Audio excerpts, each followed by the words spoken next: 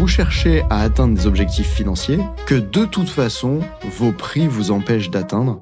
Comment aider les autres si tu n'arrives pas à t'aider toi, le préparateur mental qui tous les jours se demande comment je vais manger à la fin du mois, comment je vais payer ma panne de voiture, est-ce que ton business model il est viable ou pas? Peut-être qu'aujourd'hui tu as construit ton offre pour n'avoir que des oui. On n'a pas appris l'entrepreneuriat.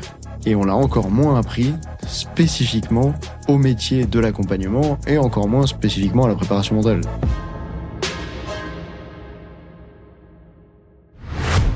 Tous les préparateurs mentaux veulent coacher le mental des athlètes et être magnifiquement payés pour ça. Mais qui peut vraiment le faire? Avoir un diplôme est au mieux utile, mais jamais suffisant pour accompagner les sportifs de ses rêves. Bienvenue sur Business Infini, le podcast pour développer une entreprise tellement épanouissante et solide que tu auras envie de travailler dedans toute ta vie.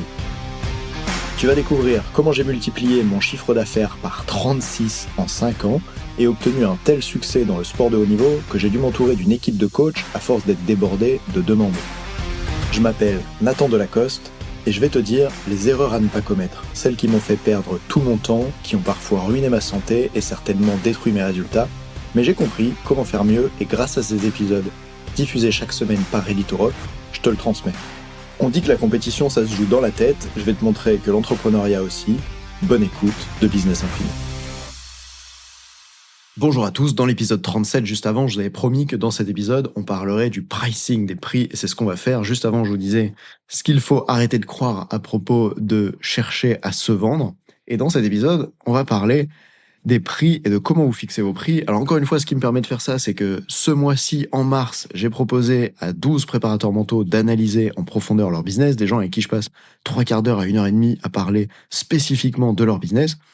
J'en ai déjà 8 avec qui j'ai pu rentrer en profondeur et je vous ai vu, et franchement ça me casse la tête pour vous parce que vous faites les mêmes erreurs que moi au début, voire pire, je vous ai vu en difficulté avec les prix, notamment du point de vue du business model. C'est-à-dire que vous cherchez à atteindre des objectifs financiers que de toute façon vos prix vous empêchent d'atteindre, et je vais expliquer ça maintenant.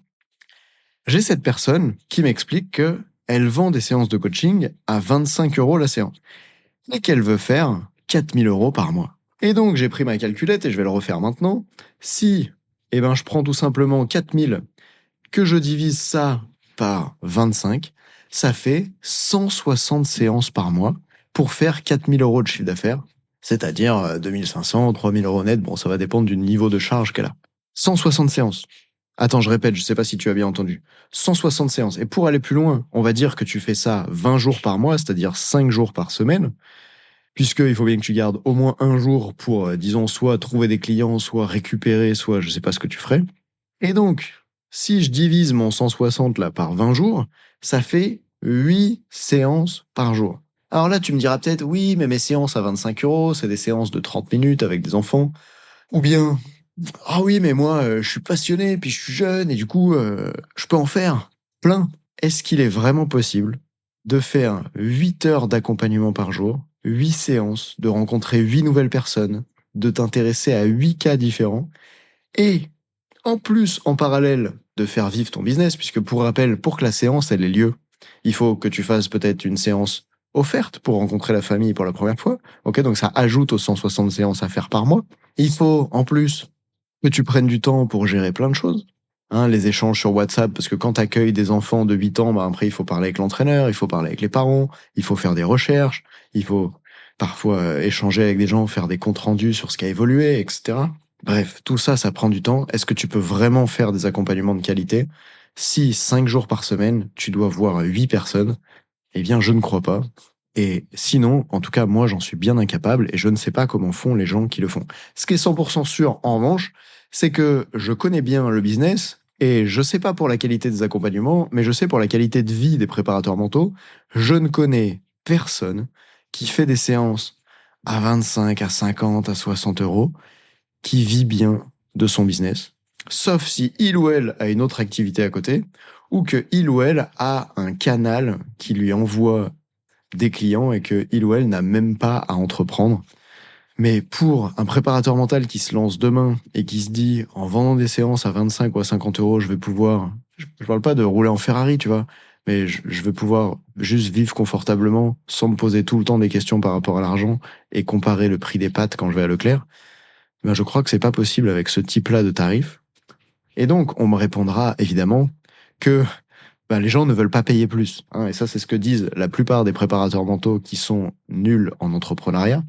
Et je mets nul, non pas comme une critique pour vous, mais parce que je l'étais aussi au début et que, en fait, c'est facile d'être nul. Si t'as jamais skié, t'es nul en ski. Fin de l'histoire. Bon, bah, quand t'as jamais entrepris, t'es nul en entrepreneuriat. T'es débutant, si tu veux un terme un peu plus positif. Et la réalité, c'est que vous et moi, on s'est formés à la préparation mentale, on a appris l'expertise métier. Je sais pas si vous avez fait STAPS, PNL, hypnose, sophro, un DU en préparation mentale, une formation PNP, ce que vous voulez. Vous vous êtes formés à la préparation mentale, mais on n'a pas appris l'entrepreneuriat. Et on l'a encore moins appris spécifiquement au métier de l'accompagnement et encore moins spécifiquement à la préparation mentale. Sous-entendu, si même vous aviez fait une école de commerce, ça vous aurait pas complètement aidé pour vendre de l'accompagnement. Bien sûr, c'est mieux que zéro, mais je pense qu'il y a vraiment un domaine de spécificité qui compte. Et donc, faut appeler un chat un chat. Quand on démarre dans l'entrepreneuriat, on est sans doute passionné par la préparation mentale, on a envie d'aider les gens, mais on est nul d'un point de vue business, on comprend même pas ce que c'est qu'un business model. Je vais aller plus loin pour bien que vous compreniez. Une fois, j'ai accompagné un dirigeant de salle de CrossFit et un des problèmes dont on s'est aperçu, c'est que avec le pricing qu'il avait, c'est-à-dire avec son offre de prix, même quand sa box était complète, c'est-à-dire qu'il ne pouvait plus accueillir plus d'adhérents parce que de toute façon ses cours étaient pleins à craquer, même là, il n'avait pas de rentabilité, il pouvait pas se payer. Si, quand ton business est complet, tu peux pas te payer, c'est que tu as un problème de business model. Alors tu peux continuer de croire que les gens ne voudraient pas payer plus cher, sinon tu prends ta responsabilité et tu te rappelles que le prix, c'est surtout une question de valeur perçue et que donc que ton métier en tant qu'entrepreneur, c'est d'être capable d'influencer la valeur perçue avec le contexte. Tu sais, la fameuse bouteille d'eau qui vaut 50 centimes au magasin, si t'étais dans le désert et que t'avais pas bu depuis 2 jours, tu donnerais tout ce que t'as pour pouvoir la boire parce que c'est l'écart qu'il y a entre la vie et toi. Tu paierais 500, 1000 euros et si tu avais 10 000 euros sur ton compte, tu donnerais 10 000 puisque c'est la dernière occasion que tu as de boire. Ce qui fait qu'une chose n'a pas de valeur en tant que telle, une séance de préparation mentale avec un préparateur mental n'a pas de valeur en tant que telle, elle a de la valeur pour la personne à qui ça s'adresse. Et donc, ben, peut-être que ça veut dire bien choisir à qui tu t'adresses. Attention, me fais pas dire ce que j'ai pas dit. J'ai pas dit de bien choisir les clients qui sont blindés pour leur vendre de la préparation mentale parce que c'est les seuls qui peuvent payer. Non, j'ai pas dit ça. J'ai dit vendre la préparation mentale à des gens pour qui ça représente véritablement un intérêt. Par exemple, une des erreurs que je vois souvent dans la préparation mentale, c'est que comme on se dit ah ouais, mais la préparation mentale, c'est comme la préparation physique, tu sais, on devrait entraîner son mental régulièrement. Ben, les gens finissent par essayer de vendre des séances de visualisation à des gamins de 8 ans qui en ont pas besoin, sous prétexte qu'il faut faire de la prévention comme avec la préparation physique. Et bien sûr, je crois que plus tôt on intégrera la dimension mentale dans le système sportif, mieux ce sera. Mais aujourd'hui, vu l'état de là où on est le marché, c'est-à-dire le niveau de conscience collective sur la préparation mentale, le mieux c'est de proposer la préparation mentale à des gens qui ont des problèmes à résoudre. Le plus connu à mes yeux, c'est salut, moi je suis bon à l'entraînement et je perds mes moyens en compétition, par exemple je suis crispé le jour J, etc. La personne qui s'entraîne dur et qui a l'impression peut-être même de faire des sacrifices et qui, le week-end, en compétition, n'arrive pas à réaliser son plein potentiel, et ben pour cette personne-là, ou pour ses parents, c'est très difficile. Et comme c'est très difficile, c'est comme toi dans le désert quand tu cherches ta bouteille d'eau, et donc tu deviens plus prêt à payer un montant élevé. Donc ça, c'est par rapport à la situation de la personne, mais il y a aussi d'autres choses qui sont comment tu construis ton offre pour qu'elle soit de valeur, puisque le problème, c'est que quand tu vends aux gens ton temps, par exemple, ah bah une séance avec moi c'est 25 euros, ils ont pas l'impression qu'ils achètent le fait d'atteindre ce qu'ils veulent. Par contre, c'est capable de construire un véritable accompagnement sur plusieurs séances, admettons sur 10 séances, ben là la personne, elle a l'impression que ce qu'elle achète, ce n'est plus 10 séances avec toi, c'est la possibilité d'atteindre ce qu'elle veut. Et ça vaut évidemment beaucoup plus cher à ses yeux que de passer du temps avec toi, puisque tu n'es pas une superbe sugar lady. On n'achète pas la préparation mentale pour passer du temps avec toi, on l'achète pour ce que tu peux apporter à l'autre. Et tu peux beaucoup plus apporter à l'autre, en tout cas ça va être la perception des gens, si tu prévois un accompagnement qui est suffisamment long. Alors évidemment, je parle pas de 30 séances ou de 50 séances.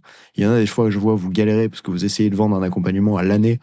Mais ce matin, à mon réveil, je me disais, mais comment les gens ils font pour vendre un accompagnement à l'année? Même moi, j'y arrive pas. Je vends des accompagnements sur, en général, 3 mois. parce que je sais pas ce que je ferai dans un an et j'ai pas envie de savoir ce que je ferai exactement dans un an. Et imagine, pour un enfant de 8 ans, si tu lui vends un accompagnement sur un an, ça représente plus que 10% de sa durée de vie. Donc c'est vraiment énorme. C'est difficile pour les gens de savoir ce qu'ils voudront faire ou non dans un an. Ok, donc on a besoin de choisir une durée plus courte. Bref, il y a aussi d'autres raisons pour lesquelles on choisit une durée plus courte, notamment pour faire percevoir le fait que ça prendra pas idéalement un an d'atteindre une évolution. Bon, je peux pas tout dire dans un court épisode de podcast, mais juste je reviens sur les prix là. Étape numéro 1, calcule est-ce que ton business model il est viable ou pas. Parce que c'est simple, sur les 8 préparateurs mentaux que j'ai eu en rendez-vous, il n'y en a pas un seul qui avait un pricing qui lui permet d'obtenir ses objectifs financiers. C'est-à-dire que si on fait les mathématiques, c'est impossible avec ces prix-là que la personne elle atteigne les résultats qu'elle veut. Alors, c'est bien, le rendez-vous, c'est peut-être le moment de s'en rendre compte et de faire évoluer ses tarifs. Et franchement, je n'ai rien contre les prix bas. Moi, j'ai commencé à travailler au début pendant 8 mois complètement bénévolement. Puis après, j'avais des prix bas, j'étais à 60 € par séance. C'est juste qu'à un moment donné, il faut être cohérent et te rendre compte que les tarifs que tu proposes ne pourront pas te permettre d'atteindre ce que tu veux. Donc, ça demande soit de renoncer à ce que tu veux et de changer. Par exemple, de dire, je veux gagner 4 000 € par mois, je choisis que tu veux gagner 2 000, c'est OK. Soit de dire, si je veux gagner ça, il va falloir que je change quelque chose. Et comme je vais pas pouvoir changer la perception des gens sans d'abord travailler sur moi, d'abord travailler sur mes compétences en influence. Alors là, on dirait que j'ai dit un gros mot, mais quand tu es entraîneur, tu influences tes sportifs. Quand je faisais du moniteur de snowboard, mon athlète, il est au sommet du snowboard devant un saut qu'il a jamais sauté et je l'influence à oser sauter le saut, ok? Et souvent les athlètes, ils vont pas vouloir entraîner leur mental parce qu'ils se disent ouais, mais si je me fais aider, ça veut dire que je suis un faible. Donc je préfère essayer tout seul. Parce qu'un champion, c'est fort. Ça réussit tout seul, un champion. Et bien juste cette croyance-là peut faire que l'athlète ou que sa famille refuse de travailler avec toi parce qu'ils ont, et notamment parce que l'enfant a le sentiment d'une très faible valeur perçue de ce que tu proposes, parce que s'il travaille avec toi, ça veut dire que ça réduit sa valeur à lui, son estime personnelle. Ok, donc il y a plein de choses qui sont bien au-delà de l'argent, qui vont faire que les gens achètent ou non, et c'est pour ça d'ailleurs que la vente aujourd'hui, ça me fascine autant. C'est que c'est pas une fascination pour les thunes, contrairement à ce que mes haters pourraient dire, c'est une fascination pour la psychologie humaine. Je suis toujours intéressé de voir comment notre perception de la valeur des prix évolue en fonction de ce qui est important pour nous, évolue en fonction de la psychologie, évolue en fonction des biais cognitifs. C'est vraiment un sujet que j'ai poncé en long, en large et en travers, notamment sur la dimension neurosciences. J'aime beaucoup ça, et donc j'avais envie de te filer dans cet petit épisode quelques insights. Donc le premier, c'est quoi ton business model là? Est-ce que les tarifs que tu proposes peuvent te permettre d'atteindre les résultats financiers que tu veux? Et je vais faire la transition vers pourquoi je recommande de ne pas vendre à la séance et de vendre des accompagnements plus longs. Imagine, tu sais quoi, même imaginons que tu vends des séances à 50 €. Ok, tu veux pas augmenter tes prix, tu crois que de toute façon les gens peuvent pas payer plus cher, ce qui est faux, mais imaginons que c'est le cas. C'est quoi la différence entre toi qui vends des séances à 50 € à la séance ou toi qui vends 10 séances d'un coup? Ça fait que quand tu arrives à signer pour 10 séances d'un coup, tu vas encaisser souvent en une fois, sinon peut-être en 2 ou 3 fois, 500 €, 10 fois 50. Ça te permet d'avoir de la trésorerie pour ton entreprise. Cette trésorerie, elle fait quoi?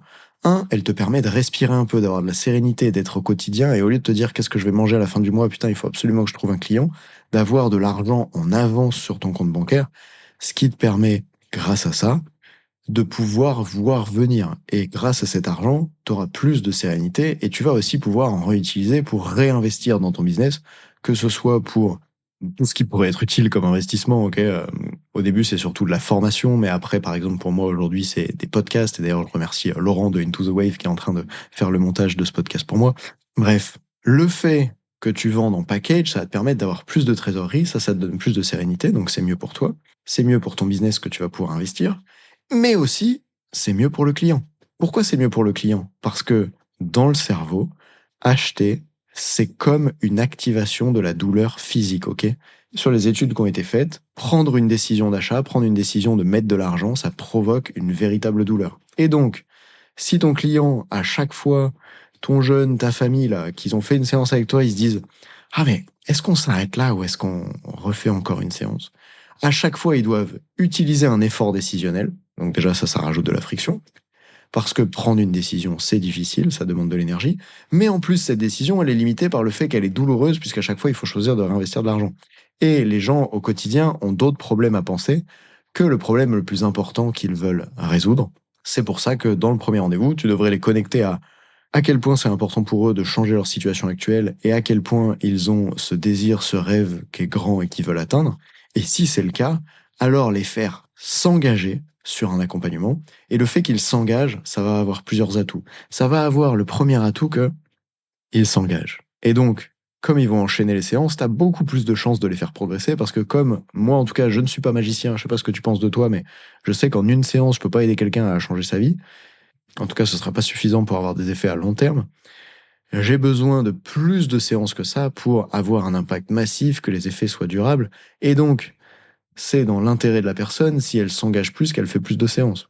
En plus, c'est dans mon intérêt à moi, parce que comme ça, je pourrais avoir des témoignages de fous, il y aura eu des progrès, ça va me donner de la confiance aussi dans ma capacité à accompagner. Vraiment, le fait que la personne s'engage sur un package, c'est la clé pour que toi, tu fasses de la trésor, pour que tu aies de la sérénité, pour qu'elle, elle soit plus impliquée et qu'elle progresse jusqu'au bout. Sinon, ça provoque l'effet suivant. C'est le problème que moi j'avais quand je vendais mes packs 3 séances. C'est que la personne, après avoir acheté les 3 séances à 180 €, on arrive à la fin de la dernière séance et elle se dit: ah bah attends, avant d'aller plus loin, je vais d'abord prendre le temps de tester avec ce que tu m'as appris là, voir ce que ça donne aux prochaines compétitions et on verra.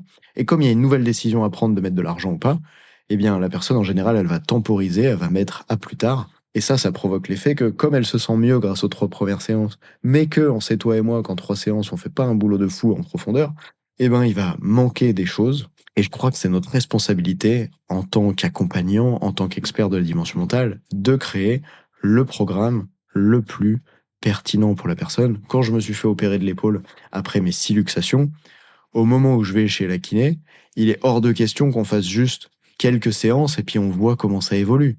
On sait qu'on part sur un processus de au moins 3 séances par semaine pendant au moins 6 mois. On a de la vision à long terme. Et surtout, ce n'est pas au moment où l'épaule va un peu mieux que tu commences à te dire: ah bah c'est bon, cette semaine, je passe à une séance au lieu de 3. Non, non, non. Tu dois poursuivre le processus pour récupérer à fond ta santé de l'épaule. Eh bien, c'est pareil pour les gens qu'on accompagne. On doit être en mesure de créer pour eux le meilleur parcours de progression. Au début, quand tu te lances, tu sais pas vraiment lequel il est parce que t'as pas beaucoup d'expérience et de formation sans doute. Mais à force, tu crées ça. Et je vais aller encore plus loin. J'adore le concept de over-deliver. C'est pour ça que pour toutes les personnes que j'accompagne, je délivre toujours plus que ce que j'ai vendu. J'apporte toujours plus que ce que j'ai promis. J'adore ce concept de over-deliver. Et c'est beaucoup plus facile de over-deliver quand la personne, elle te file un montant à 3 ou 4 chiffres et qu'elle s'engage avec toi que si elle te fait une séance. C'est difficile d'amener une surprise, d'offrir un bonus. Alors que je prends un exemple. Il y a un accompagnement que j'avais vendu 3 200 € à un snowboarder qui avait rencontré une saison très difficile. J'ai été extrêmement ravi à la fin de l'accompagnement, alors qu'on n'avait pas atteint les objectifs qu'on voulait pour lui. Je parle pas forcément d'objectifs de résultat, je parle d'objectifs de transformation, de comment il se sent, etc. Eh ben, j'ai été ravi de lui offrir une journée complète de préparation mentale avec moi, dans laquelle on a fait du trampoline pour s'entraîner sur la dimension visualisation, gestion du stress pour extrême et tout. On a fait séance le matin, séance l'après-midi, on a mangé ensemble à midi. Je suis content d'offrir ça parce que je vends un accompagnement suffisamment long et avec une marge suffisamment importante pour que je puisse me permettre de faire ce genre d'over-deliver. Alors, si mes athlètes m'entendent, ne vous amusez pas, s'il vous plaît, à être en difficulté pour que je puisse offrir plus. Je pense que ce qui compte, c'est évidemment que vous alliez mieux et pas de passer plus de temps avec moi. Mais c'est quelque chose que je suis prêt à faire souvent pour les personnes que j'accompagne et qui seraient en difficulté, c'est de faire ce fameux kilomètre supplémentaire. Toi, comment est-ce que tu vas faire pour faire le kilomètre supplémentaire si t'es payé 25 ou 50 € par séance et que tu sais même pas si la personne elle veut continuer avec toi ou pas parce que elle remet en question sa décision à chaque fois. J'espère que tu vois bien que ça marche pas. Et donc là, on est à une vingtaine de minutes d'épisode et j'espère que tu entends à ce stade à quel point, il te faut un business model où le pricing te permet d'atteindre les objectifs financiers que tu veux. Parce que comment aider les autres si tu n'arrives pas à t'aider toi, le préparateur mental qui tous les jours se demande comment je vais manger à la fin du mois, comment je vais payer ma panne de voiture, comment je vais faire pour vivre, n'est pas quelqu'un qui peut être dans les meilleures conditions pour accompagner ses athlètes. Donc tu dois d'abord t'aider toi si tu veux pouvoir aider l'autre. C'est la fameuse analogie dans l'avion, tu sais. Quand il y a les masques à gaz qui tombent, tu le mets pas d'abord sur l'enfant, tu te protèges toi pour pouvoir ensuite soutenir les autres. Et ici, donc, c'est pareil par rapport à l'argent. Donc, tu dois être clair sur combien tu as envie de gagner, chose que d'ailleurs, je n'ai jamais réussi à faire, donc c'est bizarre de vous donner ce conseil, mais ce que je veux dire par là, c'est que te dis pas combien je veux gagner dans 5 ans. En tout cas, si tu arrives à te le dire, c'est super. Moi, j'ai jamais su qu'il y a 5 ans qu'aujourd'hui, je ferais ce type de revenu-là. Mais par contre, j'ai toujours été clair sur le fait que 1000 euros de plus par mois, ça m'aurait fait du bien pour arrêter de compter le prix des pâtes à Leclerc. Bref. Donc, sois clair. Si aujourd'hui, tu gagnes 800 euros par mois et que ça te permet pas de vivre comme tu voudrais, sois clair sur le fait que ce que tu veux, c'est faire 3000 de chiffre d'affaires et regarde, est-ce que ton pricing peut te permettre d'atteindre ça? Ok, ça c'est la première chose. La deuxième, c'est qu'il faut que tu vendes un package, comme ça te fait de la trésorerie, t'as de la sérénité et c'est mieux pour ton client. Et la troisième chose, je te donne le tips maintenant. Ouah, ça a failli être le hook le plus long de l'histoire. Je viens de laisser passer 2 minutes pendant l'enregistrement parce que je savais plus quel était le troisième truc, vu que j'ai pas préparé à l'écrit l'épisode avant, ça m'était sorti de la tête. Mais ça y est, ça m'est revenu, donc je t'en parle maintenant. J'ai entendu une personne qui me disait ouais bon bah pour moi ça augmente doucement donc je suis à 25 euros la séance et je vais augmenter mes prix de 5 euros par 5 euros à chaque fois que j'ai un nouveau club qui me propose par exemple. Et en fait le problème de ces augmentations de prix là toutes douces c'est que ça va créer beaucoup de friction parce que ça te permet pas d'avoir un changement radical qui lui est efficace. Je m'explique parce que la phrase que je viens de dire n'a aucun sens. Si tu t'adresses à des gens pour qui c'est pas très important, ils seront prêts à payer pas très cher. Si tu t'adresses à des gens pour qui c'est très important, ils seront prêts à payer beaucoup d'argent. Et quand tu augmentes progressivement tes prix, ben tu t'éloignes des prix de ceux pour qui ils acceptent seulement pas cher et tu n'arrives pas encore à valoriser ceux pour qui ils seraient prêts à mettre beaucoup plus. Donc tu es un peu dans ce ventre mou entre les deux qui fonctionne pas bien et qui en plus te permet pas de libérer du temps puisque pour rappel, si tu vends par exemple des séances à 25 euros et que tu passes à 30, si on te dit non, bah d'un coup tu perds beaucoup d'argent. Alors que si tu vendais des séances à 25 euros et que maintenant tes séances elles sont à 75, tu peux avoir deux personnes qui te disent non. Quand on a une qui dit oui, ça paye complètement les deux autres non. Et c'est aussi pour ça que le business c'est des mathématiques parce que notre job c'est pas de maximiser les oui qu'on obtient, même si je sais, tu as envie de pouvoir aider tout le monde. Et moi aussi, c'est pour ça que je donne 1% de mon chiffre d'affaires à l'association Le Sport a du Cœur, qui aide les gens qui n'ont pas de moyens à pouvoir pratiquer du sport. C'est pour ça que je fais plus de 250 épisodes de podcast et vidéos longues sur YouTube pour aider gratuitement les gens. Mais au bout d'un moment, il faut s'aider soi. Et tu peux pas t'aider de soi si t'es pas dans des conditions qui te permettent de faire des accompagnements optimaux et de financer ton lifestyle. Raison pour laquelle il vaut mieux que tu acceptes d'avoir un plus grand nombre de noms.